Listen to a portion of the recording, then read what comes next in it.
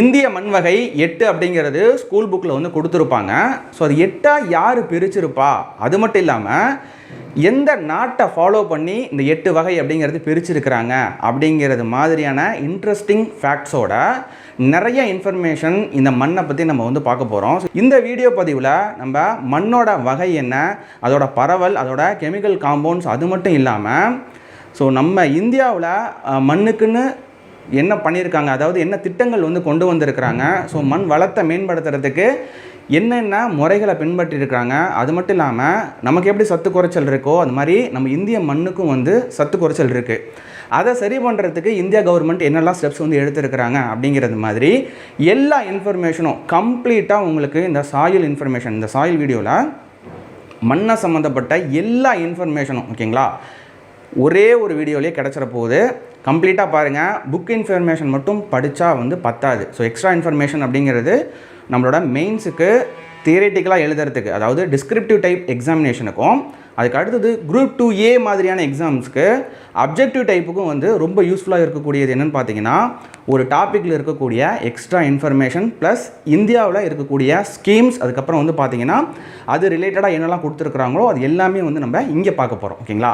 So நம்ம இன்றைக்கி பார்க்க போகிற டாபிக் வந்து பார்த்தீங்கன்னா types of soil available in India, அதாவது இந்தியாவில் மொத்தம் எத்தனை வகையான மண் இருக்குது அப்படிங்கிறத பார்க்க போகிறோம் ஓகேங்களா. ஸோ அதுக்கு முன்னாடி மண் அப்படின்னா என்ன, ஸோ மண் அப்படிங்கிறது நம்ம வெளியில் ரோட்டில் வந்தாலே வந்து பார்த்திங்கன்னா மண் இருக்கும் ஓகேங்களா. ஒவ்வொரு இடத்துலையும் ஒவ்வொரு மாதிரி மண்ணை வந்து பார்த்துருப்பீங்க. நம்ம வீட்டு வாசலில் இருக்கக்கூடிய மண்ணாக இருக்கட்டும், இல்லை வயலில் போய் பார்த்துருப்பீங்க, அங்கே இருக்கக்கூடிய மண். அந்த வயலில் இருக்கக்கூடிய மண்ணே நீங்கள் சவுத் பார்ட், அதாவது தமிழ்நாட்டில் தென் மாவட்டங்களுக்கு போனீங்கன்னா அது ஒரு மாதிரி இருக்கும். அதுவே வயல் வந்து பார்த்திங்கன்னா ஒரு கிழக்கு பகுதியில் இருக்கக்கூடிய மாவட்டங்கள்லையோ இல்லை வடக்கு பகுதியில் இருக்கக்கூடிய மாவட்டங்கள்லையோ பார்த்திங்கன்னா ஒரு மாதிரி இருக்கும் ஓகேங்களா. ஸோ அதுக்கான காரணங்கள்லாம் என்ன அப்படிங்கிறது டீட்டெயிலாக வந்து பார்க்க போகிறோம் ஓகேங்களா. ஸோ மண் அப்படின்னா என்ன, மண் வந்து 2 விதத்தில் வந்து உருவாகுது. ஒன்று பாறைகள்லேருந்து அது உடஞ்சி தூளாகி ஸோ அதுலேருந்து மண் வந்து உருவாகுது. இன்னொரு வகையாக எப்படி மண் உருவாகுது அப்படின்னா ஒரு நீர் அடிச்சுட்டு போகுது அப்படின்னா ஸோ அதில் வந்து அடிச்சுட்டு வந்து படிய வைக்கிது ஒரு இடத்துல ஓகேங்களா. ஸோ அந்த மாதிரி வந்து அது அந்த நீர்லாம் வற்றி போனதுக்கப்புறம் அந்த இடத்துல படியுது, செட்டில் ஆகுது பார்த்தீங்களா. ஸோ அது மூலியமாக வந்து மண் வந்து உருவாகுது. மண் அப்படிங்கிறது இந்த 2 வகையில் உருவாகுது ஓகேங்களா. ஸோ மண்ணில் என்னெல்லாம் இருக்குது ஓகேங்களா. மண்ணோட கூட்டுப்பொருள் என்ன, மக்கிய தாவரங்கள். ஒரு மண்ணை எடுத்து நம்ம பார்த்தோம் அப்படின்னா அதில் மக்கிய தாவரங்கள், தாவரத்தோட மக்கின பகுதிகள் வந்து இருக்கும், டீகம்போஸ் ஆகிருக்கும். ஆர்கானிக் மேட்டர், தாவரங்கள் மட்டும் கிடையாது. ஸோ ஆர்கானிக் மேட்டர்ஸ் எதெல்லாம் உயிருள்ள பொருட்களோ அதெல்லாம் ஆர்கானிக் மேட்டர்ஸ். ஆர்கானிக் மேட்டர்ஸோட அந்த டீகம்போசிஷன், அதாவது மக்கக்கூடிய அந்த பகுதிகள் வந்து இருக்கும். ப்ளஸ் விலங்கின பொருட்கள், அதுதான் நம்ம ஆர்கானிக் மேட்டர்னு சொல்லியாச்சு. மக்கிய தாவரங்கள், விலங்கின பொருட்கள், அடுத்தது காற்று, நீர் ஓகேங்களா. எல்லாம் உள்ளடக்கியே தான் மண். ஒரு மண் ஒரு பகுதியிலேருந்து நம்ம வெட்டி எடுக்கிறோம் அப்படின்னா ஸோ அந்த மண்ணை நம்ம ஆய்வு பண்ணி பார்க்கும்போது இவ்வளோ பகுதிகளும் இருக்கும் ஓகேங்களா. பகுதி பொருட்களாக இதெல்லாம் இருக்குது ஓகேங்களா. இதோட கூட்டு பொருள் தான் மண். மண் வந்து நம்ம இந்திய மண் வகையை வந்து 8ஆக பிரிக்கிறாங்க. ஆனால் மண் அப்படிங்கிறது 3 வகை தான் ஓகேங்களா. அது என்னென்னு பார்த்தீங்கன்னா களிமண், அதுக்கு அடுத்தது மணல், அடுத்தது மண்மண்டி படிவு.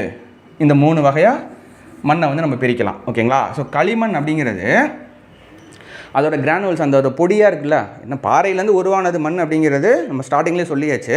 அந்த பாறையிலேருந்து உருவாகக்கூடிய அந்த பொடிகள் வந்து ரொம்ப நைஸாக இருந்ததுன்னா ஈரப்பதத்தை நிறைய தக்க வச்சுக்கும் ஓகேங்களா. அந்த மாதிரி ஈரப்பதத்தை நிறைய தக்க வச்சுக்கக்கூடிய மண் வகையெல்லாம் வந்து களிமண் ஓகேங்களா. அதுக்கு அடுத்தது மணல்.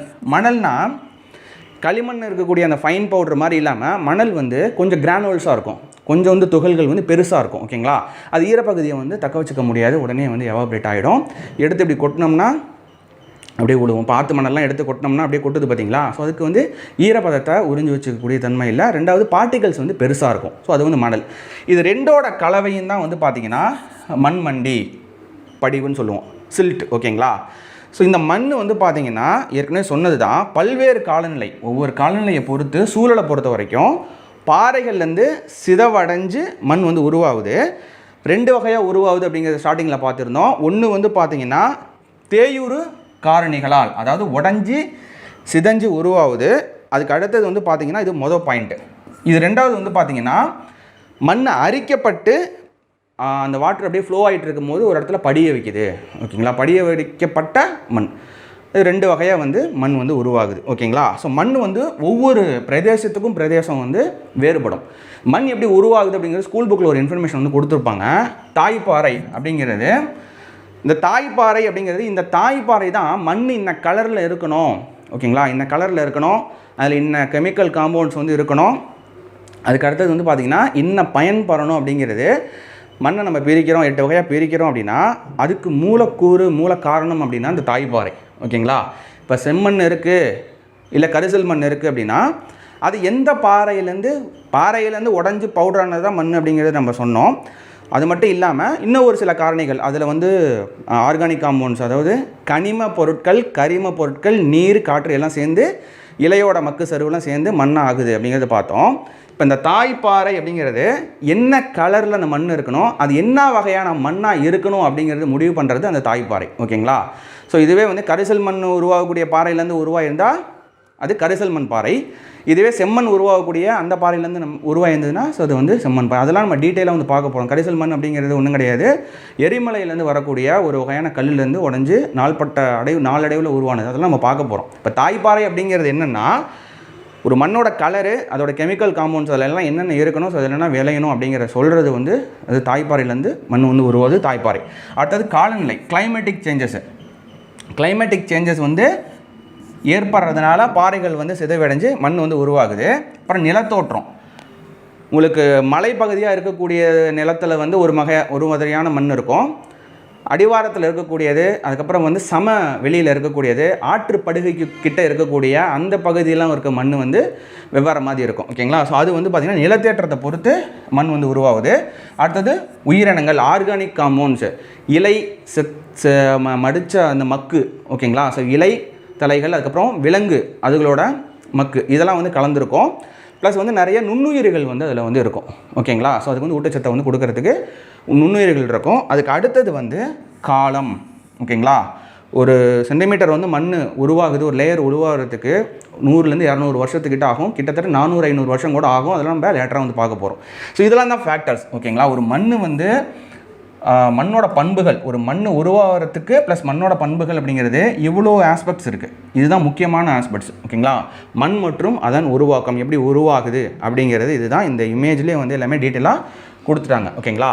நெக்ஸ்ட்டு பாருங்கள், புவிப்பரப்பின் மேல் மண் உருவாவதல். இது வந்து புவியின் தோல், நம்ம பூமி இருக்குது ரவுண்டாக, ஸோ இது மேல் லேயரில் வந்து மண் இருக்குது அப்படின்னா ஸோ இது வந்து புவியின் தோல் என்று அழைக்கப்படுகிறது. Skin of the earth. புவியின் தோல் என்று எதை அழைக்கிறாங்க? மண்ணை வந்து அழைக்கிறாங்க. அதுக்கு அடுத்தது மண்ணுக்குன்னு ஏதாவது நாட்கள் இருக்கா கொண்டாடுறதுக்கு அப்படின்னா டிசம்பர் 5, ஓகேங்களா, நாள் உலக மண் நாளாக கொண்டாடப்படுகிறது.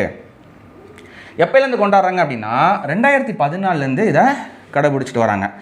2023, ஓகேங்களா, அதோட தீம் என்ன அப்படின்னா மண் மற்றும் நீர் வாழ்வின் ஆதாரம் அப்படிங்கிறது இதோட தீமாக வந்து இருந்திருக்கு. இதெல்லாம் புக் இன்ஃபர்மேஷன் கிடையாது, நோட் பண்ணிக்கோங்க. அதுக்கு அடுத்தது ஐக்கிய நாடுகள் சபை 2015ஆம் ஆண்டை என்னென்னு அறிவிச்சிருக்காங்கன்னா சர்வதேச மண் ஆண்டாக அறிவிச்சிருக்கிறாங்க. ஓகேங்களா? இது எப்போ அறிவிச்சாங்கன்னா டிசம்பர் 2013 அறிவிச்சிருக்காங்க. இது வந்து இந்த யூஎன் அசம்பிளி இருக்குல்ல, ஐக்கிய நாடுகள் சபையோட 68வது செஷன். ஓகேங்களா? 68வது செஷனில் டிசம்பர் 2013 2015ஆம் ஆண்டை சர்வதேச மண் ஆண்டாக அறிவிச்சிருக்கிறாங்க. அடுத்தது மண் பற்றிய படிப்பு, மண்ணை பற்றின படிப்பு வந்து பார்த்தீங்கன்னா பீடாலஜி. ஓகேங்களா? ஸோ பீடாலஜி, மண்ணை பற்றின படிப்புக்கு பேர் பீடாலஜி. ஸோ இதெல்லாம் எக்ஸாம் பாயிண்ட் ஆஃப் வியூவில் ரொம்ப முக்கியம். ஓகேங்களா? நெக்ஸ்ட்டு பாருங்கள், மண் உருவாக காலம் என்ன? ஓகேங்களா? காலநிலையை பொறுத்து தான் வந்து மண் வந்து உருவாகுது. ஓகேங்களா? இங்கே மித வெப்ப மண்டல காலநிலை பிரதேசங்களில் 1 சென்டிமீட்டர்னு என்ன, இப்போ பூமி இருக்குது அப்படின்னா ஸோ அது மேல் லேயரில் சும்மா 1 சென்டிமீட்டர் அளவுக்கு மண் உருவாகிறதுக்கு 200லேருந்து 400 வருஷங்கள் ஆகும். இதுவே அயன மண்டல ஈர காலநிலை பகுதிகளில் மண் உருவாக சுமார் 200 வருடங்கள் ஆகும். நன்கு வளமான மண் உருவாகிறதுக்கு ஏறத்தாழ 3000 வருஷம் ஆகும். ஓகேங்களா? 3000 வருடங்கள் ஆகும். இதெல்லாம் வந்து ஒரு மண், ஒரு தரமான மண், ஒரு வளமான மண் உருவாகிறதுக்கு எடுத்துக்கக்கூடிய டைம் பீரியட், காலநிலை. ஓகேங்களா? நெக்ஸ்ட்டு வந்து பாருங்கள் மண்ணின் அடுக்குகள். இப்போ மேலே நம்ம லேயர்ஸ் இருக்குது. இப்போ பொக்லைன் வச்சே வந்து நோண்டுறாங்கன்னு வச்சுக்கோங்களேன். ஸோ ஒரு சமவெளியில் போயிட்டு பொக்லைன் வச்சு நோண்டுறாங்க அப்படின்னா ஸோ இந்த மாதிரி தான் இருக்கும். ஓகேங்களா? ஸோ மேல் பரப்பு அப்படிங்கிறது இலை மக்கு அடுக்கு. ஸோ அதை எப்படி குறிக்கிறாங்கன்னா இந்த OAEBCR அப்படிங்கிறது மாதிரி குறிச்சிருக்கிறாங்க. ஸோ இது வந்து 8th ஸ்டாண்டர்ட் புக்கில் பாறை மற்றும் மண், ஸோ அந்த இடத்துல இந்த அட்டவணை வந்து கொடுத்துருப்பாங்க. ஓகேங்களா, அந்த லெசனில். ஸோ இங்கே வந்து பார்த்தீங்கன்னா மேலே ஃபஸ்ட்டு லேயர் இருக்குல்ல, மேல் லேயரை புல்லெல்லாம் வளர்ச்சிருக்கும், அந்த செடியெல்லாம் வளர்ந்துருக்கும்ல, ஸோ அது வந்து இலை மக்கு அடுக்கு. இந்த இடத்துல வந்து கரிம மண் அடுக்கு, இலை மக்கள் அங்கே இருக்குது. அதுக்கு அடுத்து கீழே வந்து சின்ன அதோட ஃபைப்ரஸ் ரூட்ஸ்லாம் இருக்குல்ல, வேறு இருக்கக்கூடிய அந்த பகுதி வந்து பார்த்திங்கன்னா மேல்மண். இது வந்து கரிம மற்றும் கனிம அடுக்கு, மேல்மண் அடுக்கு. அதுக்கு கீழே இருக்கிறது வந்து உயர்மட்ட அடுக்கு, இது வந்து அடிமண். அதுக்கு அடுத்தது போக போக போக இது வந்து பாறை, இந்த பாறையிலேருந்து உடஞ்சி தான் வந்து மண்ணாகுது அப்படிங்கிறது நம்ம ஸ்டார்டிங்லேயே வந்து சொல்லியிருந்தோம். ஸோ இந்த பகுதி ஓகேங்களா, தாய் பாறை அடுக்கு, தாய் பாறையிலேருந்து பெறப்பட்ட பொருட்கள். ஓகேங்களா, ஸோ இது வந்து பார்த்திங்கன்னா தாய்ப்பாறை அடுக்கு, இது வந்து தாய்ப்பாறை, இதிலேருந்து மண் வந்து உற்பத்தி ஆகுது, உடஞ்சி ஆகுது. அப்புறம் வந்து பார்த்திங்கன்னா கரிம பொருள், கனிம பொருள், இந்த நீர், காற்று இதெல்லாம் கலந்துருக்கும். மண் வந்து இது கூட்டு பொருளாக இருக்குன்னு சொல்லுவோம் பார்த்திங்களா, இது வந்து இந்த இடத்துல கலந்து மண்ணாக வந்து செழுமை மிக்க மண்ணாக வந்து வருது. ஓகேங்களா, ஸோ இந்த இடத்துல இதெல்லாம் கலந்ததுக்கப்புறம் இது என்ன ஆகுது, இந்த வேர் மூலியமாக சத்துக்கள் உறிஞ்சு இலைகளுக்கு வந்து போகும். ஸோ அதுவுமே வந்து வளமாக்குது. இந்த இன்ஃபர்மேஷன் தான் வந்து பார்த்திங்கன்னா இந்த டேபிளர் காலத்தில் வந்து கொடுத்துருப்பாங்க. ஒவ்வொரு அடுக்களையும் என்ன இருக்குது அப்படிங்கிறது கொடுத்துருப்பாங்க.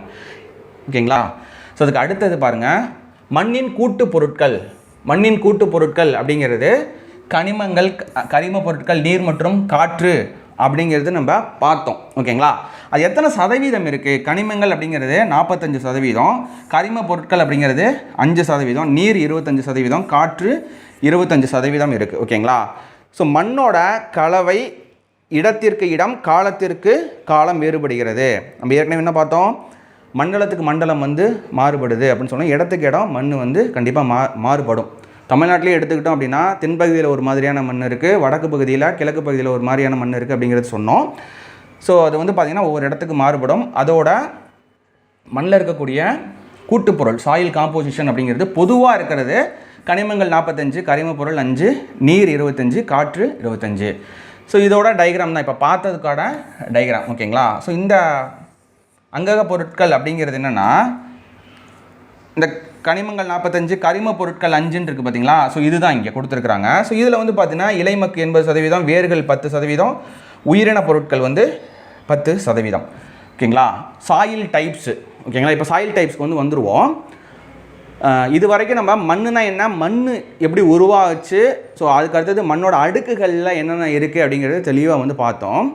ஸோ இப்போ இந்தியாவில் மண் வந்து 8 வகையாக வந்து பிரிச்சிருக்கிறாங்க. அதுக்கு முன்னாடி வந்து எத்தனை வகையாக இருந்திருக்கு அப்படின்னா, மண் வந்து 2, அதாவது ஆதி காலத்திலிருந்து. ஓகேங்களா, ஸோ விவசாயம்லாம் வந்து ஆதி காலத்துலேருந்து தான் பண்ணிகிட்டு இருக்காங்க. ஓகேங்களா, இப்போ எப்படி எந்த வகையாக இருந்துருக்குன்னா 2 வகை தான். ஒன்று வந்து பார்த்திங்கன்னா உர்வரா, இன்னொன்று வந்து பார்த்திங்கன்னா உஸ்ஸரா. ஓகேங்களா, உர்வரா அப்படிங்கிறது என்னென்னா வளம் மிகுந்த மண், இது வந்து வளம் குறைந்த மண். இது வந்து வளம் குறைந்த மண், இது வந்து வளம் மிகுந்த மண் அப்படின்னு சொல்லிட்டு 2 வகை தான் வந்திருக்கு. ஓகேங்களா, வளம் மிகுந்த மண், இன்னொன்று வளம் குறைந்த மண், இல்லை வளம் இல்லாத மண் அப்படின்னு சொல்லி 2 வகை தான் இருந்திருக்கு. ஸோ அதுக்கு அடுத்தது ஓகேங்களா, ஸோ ஆஃப்டர் இண்டிபெண்டன்ஸ், சுதந்திரம் வாங்கினதுக்கு அப்புறம்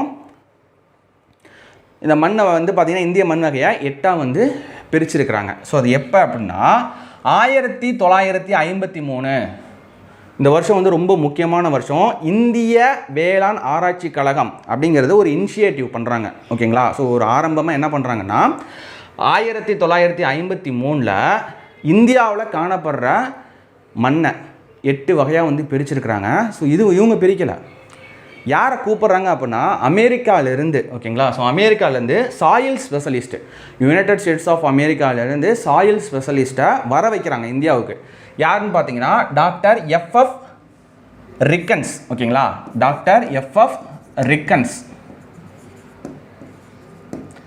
ஸோ இவரை வந்து இவர் வந்து ஒரு சாயில் ஸ்பெஷலிஸ்ட்டு. இவரை வந்து அமெரிக்காவிலேருந்து வர வைக்குது இந்தியா. எந்த வருஷம்னா 1953 வருஷம் ஒரு இனிஷியேஷன் எடுக்குது, ஒரு இனிஷியேட்டிவாக வந்து எடுத்து வந்து ரிக்கன்ஸை வந்து ஒரு சாயில் ஸ்பெஷலிஸ்ட்டு அமெரிக்காவிலேருந்து வர வைக்கிறாங்க, இந்தியாவில் வர வச்சு. அவர் தான் என்ன பண்ணுறாருன்னா இந்திய மண் வகையை வந்து 8 வந்து பிரிக்கிறாரு. அப்போ இந்திய மண் வகையை வந்து 8 பிரிச்சிருக்கிறாங்க அப்படின்னா அது எந்த நாட்டோட மெத்தடு, ஓகேங்களா. ஸோ எந்த நாட்டிலேருந்து இப்போ இந்திய அரசியலமைப்புனா இந்திய அரசியலமைப்பு இந்தந்த நாட்டிலேருந்து எடுத்துக்கிட்டோம் அப்படின்னு சொல்லி படிச்சிருப்பீங்க. அப்போ இந்தியாவோட இந்த மண்ணை வந்து 8 வகையாக பிரிச்சிருக்கிறாங்களா, அது எந்த நாட்டோட மாதிரி இல்லை எந்த நாட்டிலேருந்து எடுத்துக்கிட்டாங்க அப்படின்னா America, USA, United States of America, அந்த நாட்டிலேருந்து எடுத்திருக்காங்க. அந்த நாட்டோட சாயில் டாக்ஸானமி.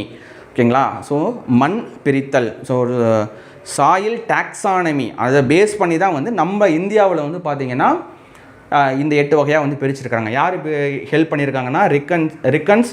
இவர் வந்து ஒரு சாயில் ஸ்பெஷலிஸ்ட்டு. யூஎஸ்ஏ எந்த வருஷம்னா 1953 இந்தியா வந்து இவரை வர வைக்குது. ஓகேங்களா. ஸோ அப்போ ஒரு ஆராய்ச்சி கழகம் வந்து தொடங்குறாங்க, இந்திய வேளாண் ஆராய்ச்சி கழகம். இந்த கழகம் வந்து பார்த்திங்கன்னா நாளடைவில் வந்து பேர் மாற்றிட்டே வருது, பேர் மாற்றிட்டே வரப்படுது. ஓகேங்களா.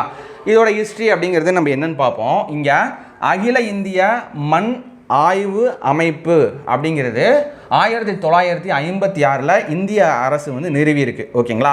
அதுக்கு அடுத்தது 1958 இந்த திட்டம் வந்து மத்திய மண் பாதுகாப்பு வாரியத்தின் நில பயன்பாட்டு திட்டம்.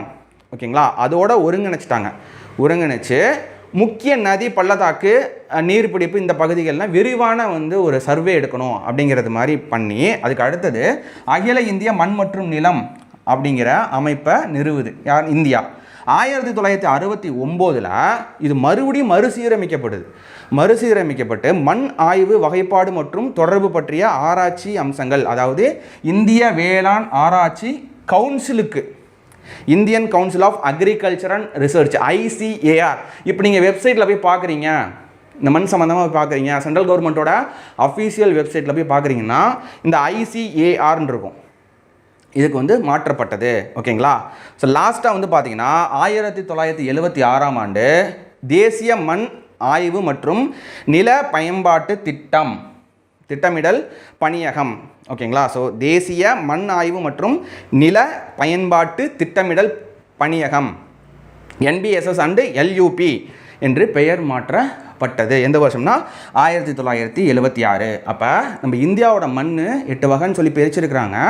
அமெரிக்காவிலேருந்து வந்து ஒருத்தர் வந்து ஹெல்ப் பண்ணியிருக்காரு, ஒரு சாயில் ஸ்பெஷலிஸ்ட்டு. அவர் யாருன்னா ரிக்கன்ஸ். இது யார் வர வச்சானா இந்தியா வர வச்சது. எந்த வருஷம்னா 1953.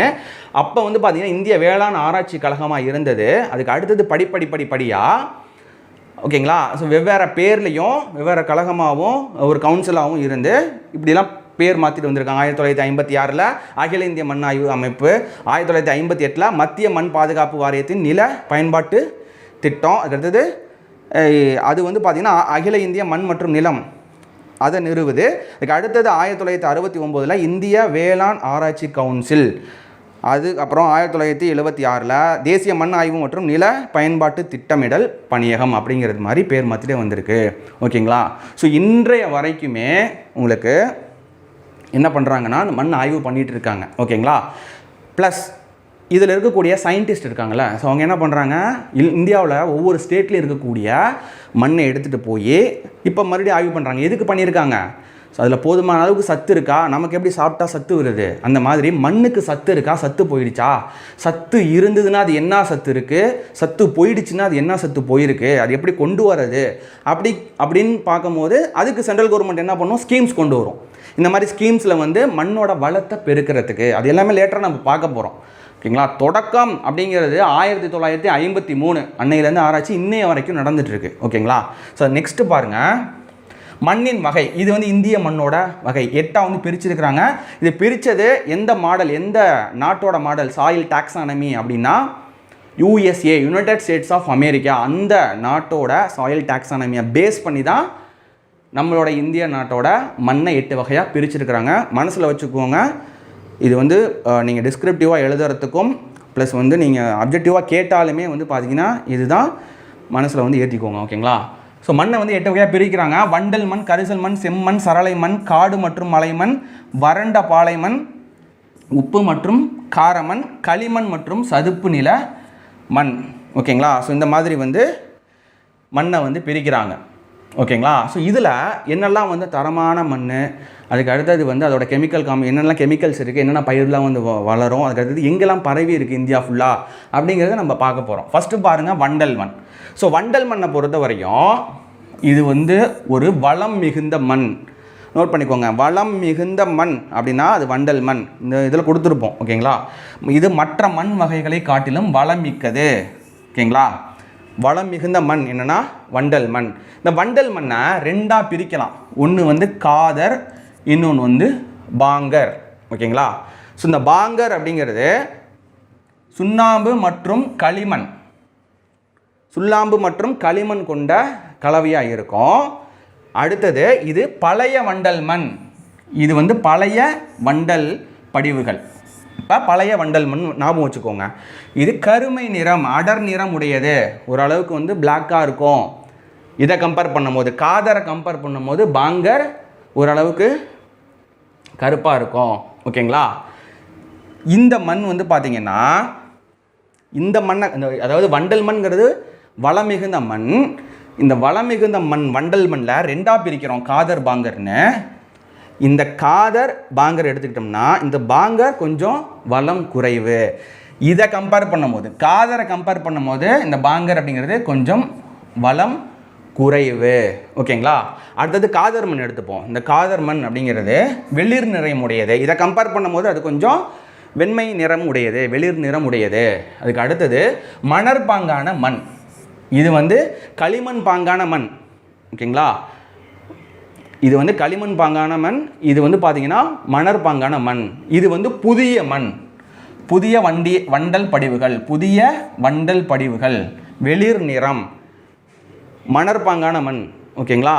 அதுக்கு அடுத்தது இதை கம்பேர் பண்ணது, பாங்கர் கம்பேர் பண்ணும்போது காதர் வளம் மிகுந்தது, வளம் மிகுந்தது, மிகுந்த மண். நல்ல டிஃப்ரென்ஸ் வந்து பார்த்துக்கோங்க. வண்டல் மண் அப்படிங்கிறது வளமையான மண். இதில் பாங்கர் வள குறையது, பழைய மண், சுண்ணாம்பு மற்றும் களிமண் பாங்கான பழைய படிவுகள், அடர் நிறம் உடையது, இது வளம் குறைஞ்சது. காதருங்கிறது இதை கம்பேர் பண்ணும்போது வளம் மிகுந்த மண், புதிய மண், புதிய வண்டல் படிவுகள், வெளிர் நிறம் உடையது, மணற்பாங்கான மண். டிஃப்ரென்ஸ் வந்து ரொம்ப முக்கியம். ஓகேங்களா. இது எப்படி உருவாகுது அப்படிங்கிறது லேட்டராக பார்ப்போம். இதோட உருவாக்கம் சிற்றோடைகள் மற்றும் ஆறுகளின் வேகம் குறையும் போது, ஆறில் அப்படியே ஆறு அடிச்சுட்டு போயிட்டுருக்கு அப்படின்னா அது ஆறோட வேகம் குறையுது, சிற்றோடைகளோட வேகம் வந்து குறையுது அப்படின்னா அது சைட்லெலாம் வந்து பார்த்திங்கன்னா என்ன ஆகுதுன்னா படிய வைக்கிறது, படிமானம். ஓகேங்களா. ஓடும் நீரின் மூலம் கடத்தப்பட்டு நுண்ணிய துகள்களால் படிய வைக்கப்பட்டு உருவாகுது. மண் ஓடிட்டுருக்கு. மண் வந்து ரெண்டே வகையில் உருவாகுது. ஒன்று பெரிய பாறை உடஞ்சி சுக்குனுக்குறாக பவுடர் ஆகிறது ஒரு விதம். இன்னொன்று அரிப்பு ஏற்பட்டு, வெள்ளப்பருக்கில் அரிப்பு ஏற்பட்டு மண் அப்படியே வந்து போய் படிய வச்சு அது அப்படியே ட்ரை அந்த வாட்டர்லாம் ட்ரை ஆகிடுச்சு அப்படின்னா அங்கே படிஞ்சிருக்கும் பார்த்தீங்களா. ஸோ அந்த வகையிலையும் மண் வந்து உருவாகுது. இந்த வண்டல் மண் அந்த ஆற்று வேகம் குறைஞ்சதுக்கப்புறம் படிய வைக்கிற மெத்தடில் படியுது. அதனால் இது வந்து வளமிக்க மண்ணாக இருக்குது. இதில் இந்த காதர் பாங்கர்ன்னு இருக்குதுல்ல, அது எப்படி நம்ம சொல்லலாம் அப்படின்னா,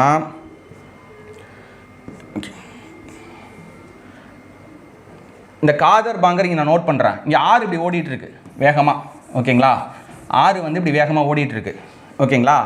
ஸோ அப்போ இந்த பக்கத்தில் ஆற்றுக்கு பக்கத்துலேயே வந்து பார்த்திங்கன்னா உருவாகிறது வந்து பார்த்திங்கன்னா பக்கத்தில் இருக்குது அப்படிங்கிறது காதர். ஓகேங்களா. கொஞ்சம் தூரமாக இருக்கிறது இங்கெல்லாம் வந்து இருக்கிறது என்ன அப்படின்னா பாங்கர். இப்போ ஆறோட வேகம் குறையும் போது படிய வைக்கிற மண் அப்படிங்கிறது ஞாபகம் வச்சுக்கோங்க. ஆறு வேகமாக போயிட்டு இருக்கும்போது எங்கே படிய வைக்கும்? பக்கத்தில் இருக்கிற இடத்துல தானே படிய வைக்கும். ஓகேங்களா. அப்போ அது என்னது? காதர். ஓகேங்களா. காதர்னா என்ன? புதிய மண். ஆறு வந்து புதுசாக ஒவ்வொரு வருஷமும் வரும்போது புதிய மண் படியுமா? அது வந்து என்னவாக இருக்கும்? வெளி நிறமாக இருக்குமா? மணற்பாங்கான மண்ணாக இருக்குமா? அதனால அது வளம் மிகுந்த மண். பாங்கருங்கிறது ஆற்று இந்த இடத்துல படிகிறதுக்கு தூரமாக இருக்கும். பாங்கர் இந்த இடத்துல பாங்கர், அதனால் பழையது, பாங்கர் பழையது அப்படிங்கிற அமைச்சுக்கோங்க. பாங்கர் பழையது. இதெல்லாம் வந்து பழமையான வண்டல் படிவு. அதுக்கு அடுத்தது சுண்ணாம்பு மற்றும் களிமண் பாங்கான பதிவு, வளம் குறைந்த மண். ஓகேங்களா. அப்போ ஆறு இப்படி போயிட்டுருக்கு அப்படின்னா இந்த ஆறை ஒட்டி இருக்கிறதெல்லாம் காதர், தூரமாக இருக்கிறதெல்லாம் பாங்கர். அதனால் இது வந்து வளம் குறைவாக இருக்குது. ஆறை ஒட்டி இருக்கக்கூடிய பயிர் தானே நல்ல விளையும். ஓகேங்களா. அதுக்கு ரீசன் வந்து பார்த்திங்கன்னா இந்த மண்ணுனால தான். ஓகேங்களா. இதோட வேதியியல் பண்பு அப்படின்னு எடுத்துக்கிட்டோம்னா பொட்டாசியம், பாஸ்போரிக் அமிலம், சுண்ணாம்பு மற்றும் கார்பன் கலவைகள் அதிகமாக காணப்படுது. நைட்ரஜன் குறைவாக இருக்குது. இது நோட் பண்ண வேண்டிய விஷயம். நைட்ரஜன் குறைவாக உள்ளது. இதில் வண்டல் மண்ணில் நைட்ரஜன் குறைவாக இருக்குது. இது நோட் பண்ணிக்கணும். இதுக்கு அடுத்தது மண்ணின் தன்மைகள். வண்டல், மண்மண்டி ஸ்லிட்டு, அதுக்கு அடுத்தது களிமண் போன்ற கலவைகளுடன் மண்ணடுக்கு காணப்படுகிறது. ஓகே தான். அதுக்கு அடுத்தது வந்து பாருங்கள், பரவல் எங்கெல்லாம் பரவி இருக்கு? கங்கை, பிரம்மபுத்திரா ஆற்று பள்ளத்தாக்கு, உத்தரப்பிரதேசம், உத்தரகாண்ட், பஞ்சாப், ஹரியானா, மேற்கு வங்கம் மற்றும் பீகார் மாநிலங்களில் உள்ள சமவெளி பகுதிகள். அதுக்கடுத்து வளரும் பயிர்கள் நெல், கரும்பு, கோதுமை, சணல், எண்ணெய் வித்துக்கள் மற்றும் மற்ற உணவு பயிர்கள் பயிரிட ஏற்றது.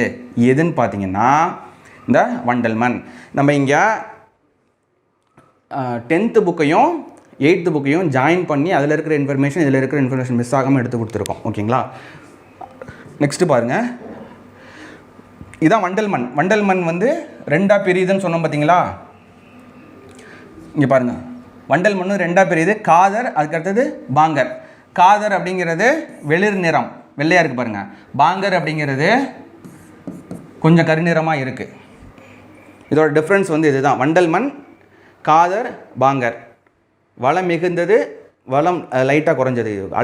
அலுவியல் சாயில்னால் அதாவது வண்டல் மண்ணாலே வளம் மிகுந்த மண். அதில் இது வந்து ரொம்ப வளம் மிகுந்தது, இது வந்து லைட்டாக வளம் குறைந்தது. ஆற்றுக்கு பக்கத்துலேயே இருக்கும், அந்த நீர்நிலைகளுக்கு தூரமாக இருக்கும். ஓகேங்களா?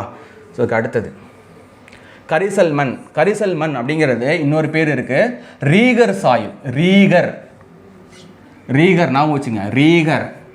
கரிசல் மண் அப்படிங்கிறது ஒரு சில இடத்துல எக்ஸாமில் ரீகர் அப்படின்னு சொல்லி கொடுத்துருப்பாங்க. ரீகர் அப்படின்னா என்ன அர்த்தம் அப்படின்னா காட்டன் அர்த்தம், பருத்தின்னு அர்த்தம். அப்போ கரிசல் மண் எது வளர்கிறதுக்கு அதிகமாக வளர்கிறதுக்கு இதுனா பருத்தி. வளரும் பயிர்களில் பருத்தி வந்து நல்லா விளையக்கூடிய மண் வகை எதுன்னு பார்த்தீங்கன்னா கரிசல் மண். கரிசல் மண்ணுக்கு இன்னொரு பேர் இருக்குது, ரீகல் சாயில். ஓகேங்களா? ரீகர்னா என்ன அர்த்தம்? காட்டன். ரீகர்னா பருத்தி, பருத்தி மண்ணுன்னு அர்த்தம். ஓகேங்களா? ஸோ இதில் இம்பார்ட்டன்ட் பாயிண்ட்டுங்கிறது எவ்வளோ தான் நான் பார்த்துக்கோங்க. இதோட உருவாக்கம் எப்படி உருவாகுது? தக்கான பகுதியில் உள்ள பாசல்ட் பாறைகளிலிருந்து உருவாகுது. மண் மறுபடியும் சொல்கிறேன், 2 வகையில் உருவாகுது. ஒன்று பாறையெல்லாம் உடஞ்சி பவுட்ராகி உருவாகுது, இன்னொன்று அரிப்பில் ஏற்படும் போது, அதாவது வெள்ளத்தில் அடிச்சுட்டு போகும்போது அது படியை வச்சு உருவாகுது. ஓகேங்களா? அப்போ இது மொதல் வகை. பாறை உடஞ்சி பவுட்ராகி உருவாகிற மண் வந்து கரிசல் மண், பசால்ட். ஓகேங்களா? பசால்ட் பாறையிலிருந்து உருவாகுது. பசால்ட் அப்படிங்கிறது என்ன பாறை? எரிமலையிலிருந்து வரக்கூடிய ஒரு வகையான பாறை, ஒரு வகையான எரிமலையிலிருந்து வரக்கூடிய பாறைகள்லேருந்து உருவாகிறது தான் கரிசல் மண். ஓகேங்களா? இதோட நிறம் வந்து டைட்டானியம் மற்றும் இரும்பு தாதுகளால் கருப்பாக உள்ளது. கரிசல் மண் ஏன் கருப்பாக இருக்குன்னா இரும்பு தாதுகள். ஓகேங்களா? டைட்டானியம் மற்றும் இரும்பு தாதுகள் அதிகமாக இருக்குது. இதோட வேதியியல் பண்புகள் கால்சியம், மெக்னீசியம், கார்போனேட்டுகள், அதிக அளவில் இரும்பு, அலுமினியம், சுண்ணாம்பு மற்றும் மாங்கனீஸ் ஆகியவை காணப்படுகின்றன. நைட்ரஜன், பாஸ்போரிக் அமிலம் மற்றும் இலை மக்குகள் குறைவாக உள்ளது.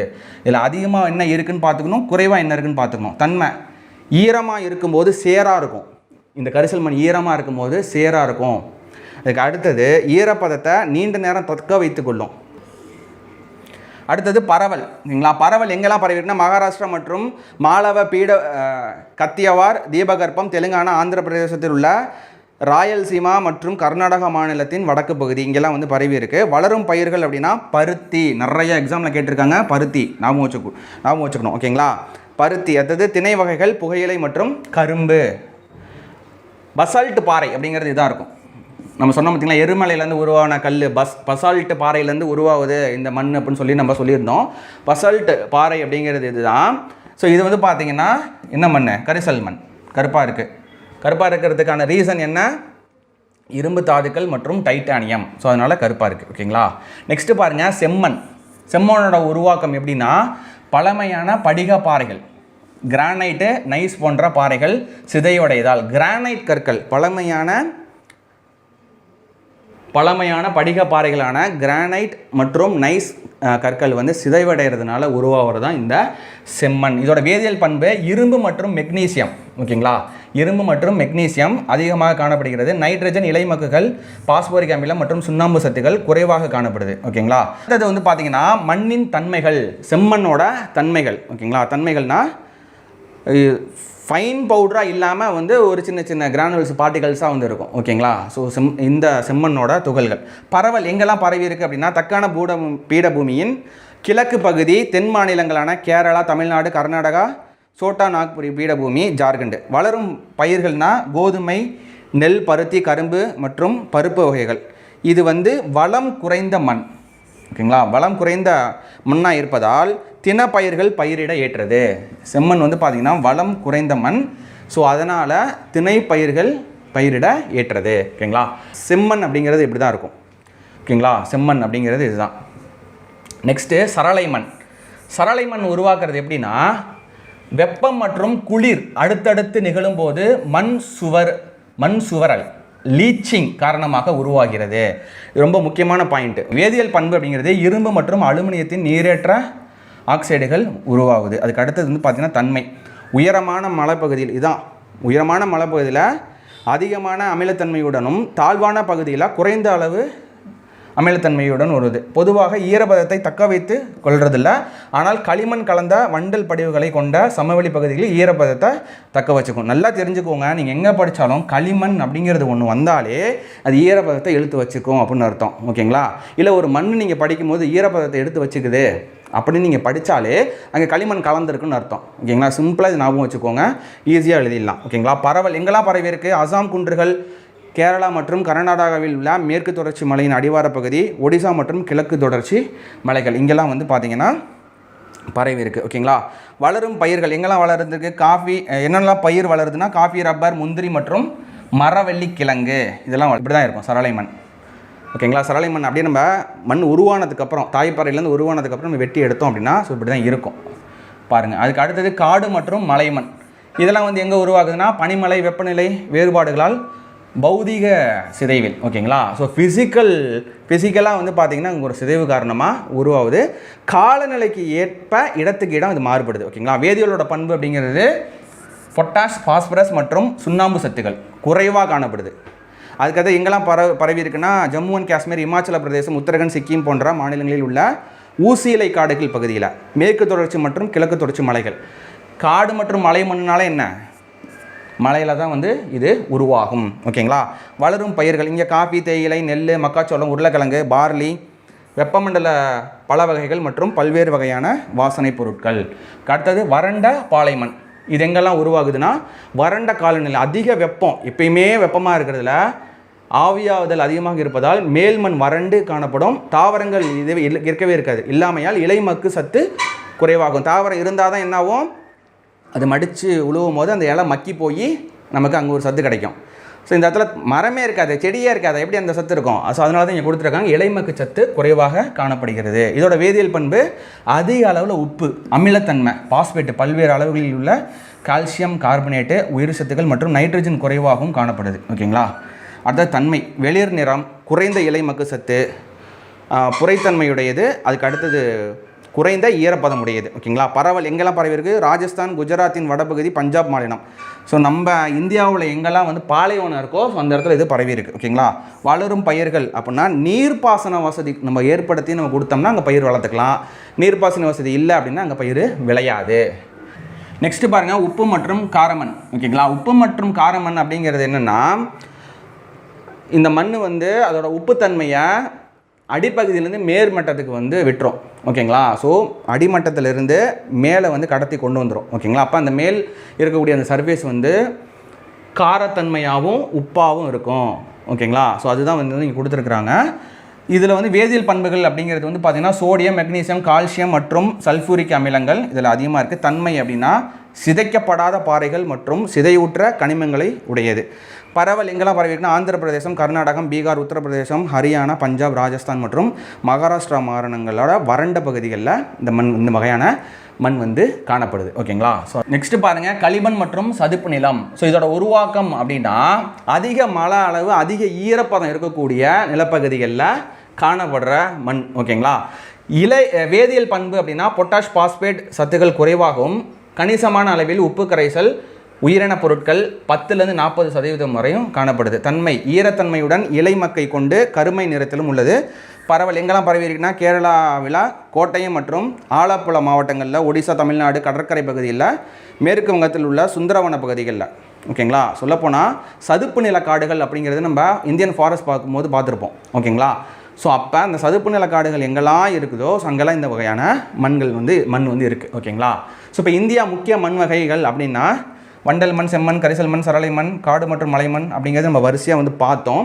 ஸோ அது இந்தியாவில் எங்கெல்லாம் பரவி இருக்குது அப்படிங்கிறத ஒரு மேப்பாக வந்து ஸ்கூல் புக்கில் கொடுத்துருப்பாங்க. ஸோ அதான் இங்கே வந்து கொடுத்துருக்கோம். ஓகேங்களா? நெக்ஸ்ட்டு பாருங்கள், மண் சீரழிவு. ஓகேங்களா? இந்தியாவில் மண் சீரழிவு அப்படிங்கிறது ஒரு பெரிய பிரச்சனையாக இருக்குது. ஸோ எதனாலலாம் அது ஆகுது அப்படின்னும், ஸோ இந்திய விண்வெளி ஆராய்ச்சி நிறுவனம் 2015ஆம் ஆண்டு ஒரு அறிக்கையில் என்ன சொல்கிறாங்கன்னா 147 மில்லியன் ஹெக்டேர் நிலப்பரப்பு மண் அரிப்பால் பாதிப்படைந்துள்ளதுன்னு சொல்லியிருக்காங்க. ஓகேங்களா? அதெல்லாம் என்ன காரணம், எதனால் வந்து இது ஆகுது, இந்தியாவில் மண் சீரழிவு அப்படிங்கிறது ஒரு பெரிய பிரச்சனையாக இருக்குது அப்படிங்கிறதையும் சொல்லியிருக்காங்க. ஓகேங்களா? அது என்னென்னா மண் அரிப்பு. ஓகேங்களா? தாள் அரிப்பு, நீரோட்ட மண்ணரிப்பு, நீர் மண்ணரிப்பு, பள்ளத்தாக்கு அரிப்புனா ஒரு இடத்துல வந்து காட்டாற்று வெள்ளம் போகுது அப்படின்னா அது பக்கத்தில் இருக்கக்கூடிய அந்த இடம்லாம் வந்து அரிச்சிடும். ஓகேங்களா? ஸோ அது ஒரு வகையான சீரழிவு. அடுத்தது மண் சீரழிவு அப்படிங்கிறது தனியாக ஏன் கொடுத்துருக்காங்கன்னா டீஃபாரஸ்டேஷன், மரத்தை எல்லாத்தையும் வெட்டி தள்ளுறது. ஓகேங்களா? மரம் எந்த அளவுக்கு வளமாக இருக்கோ ஸோ அந்த அளவுக்கு வேறு பிடிப்பான அந்த மண் வந்து இறுக பிடிச்சிருக்கும். மரத்தெல்லாம் வெட்டி எடுத்துட்டா இந்த இடத்துல வந்து பார்த்திங்கன்னா மண் வந்து அந்த ஸ்டெபிலிட்டி வந்து இருக்காது. அதனாலையும் வந்தது என்னென்னா சீரழிவு ஆகுது. ஓகேங்களா? அடுத்தது நீர் தேங்குதல், ஒரு இடத்துல நீர் தேங்கி இருக்கிறதுனாலையும் உவர்ப்பு மற்றும் காரத்தன்மை உப்பு படிவுகள். ஓகேங்களா? உவர்ப்பு மற்றும் காரத்தன்மையாலையும் உப்பு படிவுகள்னாலையும் என்ன ஆகுது, மண் வந்து சீரழிவு ஆகுது. ஓகேங்களா? ரொம்ப அதிகமான ஆழத்துக்கு போர் போடுறாங்க அப்படின்னா ஒரு 1000 ஃபீட்லாம் போட்டாங்க, என்ன ஆகுதுன்னா ஒரு சில இடத்துல வந்து உப்பு தண்ணி வந்துருச்சு அப்படிம்பாங்க. ஓகேங்களா? ஸோ அது வந்து எங்கெல்லாம் வந்து படுதோ அதெல்லாம் வந்து வேஸ்ட்டு, ஃபெர்டைல் லேண்டாக இருக்காது, அந்த இடத்துல செடிகள் வளராது. செடிகள் வளரல அப்படின்னாலே மண்ணோட ஸ்டெபிலிட்டி போயிடும். ஓகேங்களா? ஸோ அதோட சத்தும் போயிடும், ஸ்டெபிலிட்டியும் போயிடும். ஸ்டெபிலிட்டி போயிடுச்சுனால அது ஒரு சீரழிவு தான். ஓகேங்களா? ஸோ நெக்ஸ்ட்டு பாருங்கள், மண் வள பாதுகாப்பு, மண் வள மேன்மையும். ஸோ மண்ணை நம்ம பாதுகாக்கணும், மண் வளத்தை நம்ம மேலாக கொண்டு வரணும் அப்படின்னா காடுகளை உருவாக்கணும், அணைகள் மற்றும் குறுக்கணைகள் நிறைய கட்டணும். ஓகேங்களா? அதிக மேய்ச்சலை தடுத்தல், அதாவது அதிக மேய்ச்சலை தடுத்தல் தான் நம்ம பயிரை விளைய வச்சு மேய்க்க விடுறத வேறு, பயிரே நம்ம விளைய வைக்காமல் இருக்கிறத தின்னுட்டு முடிச்சு கட்டிட்டோம் அப்படின்னா ஸோ அந்த இடத்துல என்னென்னா மண் வந்து மறுபடியும் ஸ்டெபிலிட்டி குறைஞ்சி அது சீரழிவாயிடும். ஓகேங்களா? ஸோ அப்போ அதிக மேய்ச்சலை தடுக்கணும். அதுக்கடுத்து மேம்பட்ட பயிர் சாகுபடி முறை, மண் எந்த அளவுலாம் வந்து வேஸ்ட் ஆகாமல் அதை பாதுகாக்கிற அளவுக்கு வந்து நம்ம பயிர் சாகுபடி பண்ணோம் அப்படின்னா மண் சீரழிவுலேருந்து காப்பாற்றலாம். ரெண்டாவது மண்ணையும் பாதுகாக்கலாம். சம உயரம் உழுவுதல், ஒரு இடத்துல அதிகமாகவும் ஒரு இடத்துல குழிவாகவும் நம்ம உழுதுட்டோம்னா மழை பெய்யும் போது என்னென்னா மேல்மட்டத்தில் இருக்கக்கூடிய தண்ணி அடிமட்டத்துக்கு வந்துடும். ஸோ அந்த இடத்துல மண் வந்து அடிச்சுட்டு வந்து கீழே வந்து வரும். ஸோ இந்த மாதிரிலாம் போகாமல் சம அளவுக்கு உழுவுறது. பயிர் சுழற்சி முறைனா கேப்பே விடாமல் வெவ்வேறு காலகட்டத்துக்கும் வெவ்வேறு பயிர். 3 மாதத்துக்கு ஒரு பயிர் விளையுதுன்னா அதுக்கடுத்தது ஒரு இருக்கக்கூடிய 6-7 மாதத்துக்கு வந்து சும்மா அதை போட்டு வைக்காமல் 3 மாதத்துக்கு ஒரு பயிர் விளையுது, அப்போ 2 மாதம் பயிரோ இல்லை 3 மாதம் பயிரோ மறுபடியும் போடுறது. வெயில் டைமில் வந்து ஒரு பயிர் போடுறது. இப்போ வந்து கிராமப்புறங்களில் வந்து பார்த்திங்கன்னா எல்லா நேரமும் வந்து வயலில் வந்து நெல் விளையாது. ஓகேங்களா? ஸோ நெல் வந்து நல்லா மழை டைமில் வந்து போட்டு எடுத்துருவாங்க. அதுக்கு அடுத்தது பனிக்காலத்தில் உளுந்து, அதுக்கு அடுத்தது என்ன போடுவாங்கன்னா எள்ளு போடுவாங்க. ஓகேங்களா? ஸோ அது முளைச்சிட்ருக்கும். அது எடுத்ததுக்கப்புறம் என்ன போடுவாங்கன்னா இது போட்டுருவாங்க, வெண்டைக்காய், கத்திரிக்காய், இந்த மாதிரி காய்கறி வகைகள். அதுக்கு அடுத்தது வந்து இந்த முள்ளங்கி இந்த மாதிரிலாம் போடுவாங்க. அதுக்கு அடுத்தது வந்து இந்த குக்கும்பர், ஸோ அது வந்து போடுவாங்க. ஸோ அந்த சீசனல் கிராப்ஸாக வந்து பயிர் சுழற்சி முறைனா ஒரு இது அறுவடை பண்ணதுக்கப்புறம் அடுத்தடுத்து இந்த மாதிரி பண்ணாங்கன்னா அது என்ன ஆகும்னா மண் அரிப்பிலிருந்து அந்த நிலத்தை வந்து காப்பாற்ற முடியும். ஓகேனா? அதான் பயிர் சுழற்சி முறை. கரைகள் கட்டுதல், வயல் வரப்பு வந்து நம்ம கரெக்டாக வந்து கட்டுறது, அரிச்சிட்டு போகாமல். அடுத்தது படிக்கட்டு வேளாண்மை அப்படிங்கிறது மலை பகுதிகளெலாம் வந்து திட்டாக வந்து பார்த்திங்கன்னா கட்டியிருப்பாங்க. ஓகேங்களா? அதுதான் வந்து படிக்கட்டு வேளாண்மை. ஏன்னா ஒரு ஸ்லோப்பான பகுதியில் மேலே வந்து தண்ணி நிறுத்தி வைக்க முடியாது, நிறுத்தி வைக்கிறதுக்குன்னு ஒரு பண்ணியிருந்தால் மட்டும்தான் நிற்கும். ஓகேங்களா? அது வந்து படிக்கட்டு வேளாண்மை, பார்க்க வந்து படிக்கட்டு மாதிரி இருக்கும். அடுத்தது பட்டை பயிரிடுதல் அப்படிங்கிறது ஸ்ட்ரிப் ஃபார்மிங் சொல்லுவாங்க. ஸ்ட்ரிப் ஃபார்மிங் அப்படின்னா இந்த இடத்துல வந்து விவசாயம் வந்து இந்த இடத்துல வந்து செடிகள் போடுறது, இந்த இடத்துல வந்து கேப் இருக்கும். ஓகேங்களா? அதுக்கு அடுத்தது மட்டும் இந்த இடத்துல வந்து பயிர் போடுறது, இந்த இடத்துல ஒரு கேப், அடுத்தது மட்டும் இங்கே வந்து நல்ல ஒரு இது போடுறது. இப்போ இந்த இடத்துல ஒரு பயிர் இருக்கும், இந்த இடத்துல ஒரு பயிர் இருக்கும், இந்த இடத்துல ஒரு பயிர் இருக்கும். ஓகேங்களா? ஸோ இதுதான் வந்து பார்த்திங்கன்னா பட்டை பயிரிடுதல். அப்புறம் காற்றுக்கு எதிர் திசையில் மரங்களை நடுதல், காற்று அடிச்சுட்டு பிச்சுட்டு போகிறதுக்கு எதிர் திசையில் மரங்களை நட்டோம் அப்படின்னா ஸோ அதுவும் வந்து பார்த்திங்கன்னா மண் வளத்தை பாதுகாக்கும். ஸோ அதுக்கு அடுத்தது பாருங்கள், இந்திய மண்ணின் ஊட்டச்சத்தின் குறைபாடு நிலை. ஸோ இது வந்து ரொம்ப முக்கியம். ஓகேங்களா? இது வரைக்கும் நம்ம 8 வகையான மண் வகையை வந்து பார்த்தோம். ஸோ அதுக்கு அடுத்தது மண் சீரழிவு, அப்புறம் மண்ணை பாதுகாக்கிறதுக்கு என்ன அப்படிங்கிறது ஸ்கூல் புக் இன்ஃபர்மேஷனை பார்த்தாச்சு. 8 வகையாக வந்து பிரிச்சிருக்கிறாங்களே இந்தியா கவர்மெண்ட்டு, ஓகேங்களா. ஸோ அதுக்கப்புறம் விடாமல் இன்னும் வந்து ஆராய்ச்சி பண்ணி என்ன பண்ணுறாங்கன்னா அதில் வந்து ஊட்டச்சத்து குறைபாடெலாம் இருக்குங்கிறத ஃபைண்ட் அவுட் பண்ணியிருக்காங்க. அது என்ன அப்படிங்கிறது நம்ம பார்க்க போகிறோம், ஓகேங்களா. இந்திய வேளாண் ஆராய்ச்சி கழகம் கவுன்சில், ஓகேங்களா. ஸோ இதிலிருந்து 28 மாநிலங்களில், ஓகேங்களா. ஸோ 28 மாநிலங்கள்லேருந்து 0.2 மில்லியன் மண் மாதிரிகளை எடுத்து இதோட சயின்டிஸ்ட் ஆராய்ச்சியாளர்கள் வந்து எடுத்து ஆராய்ச்சி வந்து பண்ணியிருக்கிறாங்க, ஓகேங்களா. ஸோ எதனால் அப்படின்னா இந்தியாவில் இந்த நைட்ரஜன் மற்றும் பாஸ்பரஸின் பரவலான பற்றாக்குறை இருந்துட்டு தான் இருக்குது, ஓகேங்களா. இதில் பொட்டாசியம் குறைபாடு அப்படிங்கிறது 1990களில் ரொம்ப அதிகமாக இருந்தது. மேலும் 2000களில் சல்பர் குறைபாடு அப்படிங்கிறது ஒரு பிரச்சனையாக இருந்தது, ஓகேங்களா. ஸோ அப்போ 28 மாநிலங்கள்லேருந்து விஞ்ஞானிகள் வந்து என்ன பண்ணுறாங்க 0.2 மில்லியன் மண் மாதிரியை எடுத்து ஆய்வு பண்ணதில் உங்களுக்கு என்ன தெரிஞ்சிருக்கு அப்படின்னா தோராயமாக 36.5% துத்தநாக குறைபாடு, 12.8% இரும்பு சத்து குறைபாடு, 23.4 போரான் குறைபாடு, 4.20 தாமிர குறைபாடு, 7.10 மாங்கனீஸ் குறைபாடு இருந்தது அப்படிங்கிறத ஃபைண்ட் அவுட் பண்ணியிருக்காங்க, ஓகேங்களா. ஸோ இது என்ன அப்படின்னா அகில இந்திய ஒருங்கிணைந்த ஆராய்ச்சி திட்டம், ஓகேங்களா. ஸோ அகில இந்திய ஒருங்கிணைந்த ஆராய்ச்சி திட்டம் அதோட விஞ்ஞானிகள், ஓகேங்களா. ஸோ இது வந்து பார்த்திங்கன்னா 1967 வந்து தொடங்கப்பட்டது, ஓகேங்களா.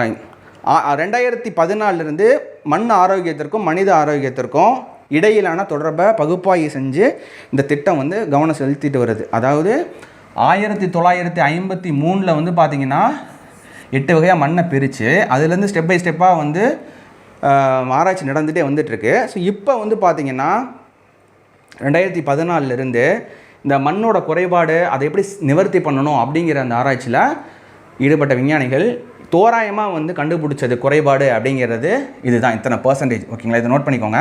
ஸோ அடுத்தது இப்போ அதை சரி பண்ணணும். இந்த மாதிரி ஃபைண்ட் அவுட் பண்ணியாச்சு. இந்த மாதிரி ஃபைண்ட் அவுட் பண்ணணும் இந்தியன் கவர்மெண்ட்டிட்ட அவங்க தகவலை வந்து தெரிவிச்சிருப்பாங்க. தெரிவித்ததுக்கப்புறம் ஒரு சில திட்டங்கள் மூலியமாக தான் நிவர்த்தி பண்ணலாம், ஓகேங்களா. என்னென்ன திட்டம்லாம் வந்து கவர்மெண்ட் வந்து சென்ட்ரல் கவர்மெண்ட் வந்து கொடுத்துருக்குறாங்க அப்படின்னா மண் ஆரோக்கியத்தை மேம்படுத்துறதுக்கான முன்முயற்சிகள், ஓகேங்களா. இதை பாருங்கள், மண் ஆரோக்கிய அட்டை திட்டம், ஓகேங்களா. நம்ம சயின்ஸ் அண்ட் டெக்னாலஜி அப்படிங்கிற ஒரு டாப்பிக்கில் மெயின்ஸ் ரிலேட்டடாக வீடியோஸ் பார்க்கும்போது இந்த திட்டம்லாம் வந்து டீட்டெயிலாக பார்ப்போம், ஓகேங்களா. இப்போ என்ன திட்டம் இருக்குது அப்படிங்கிறத பார்த்துக்கோங்க.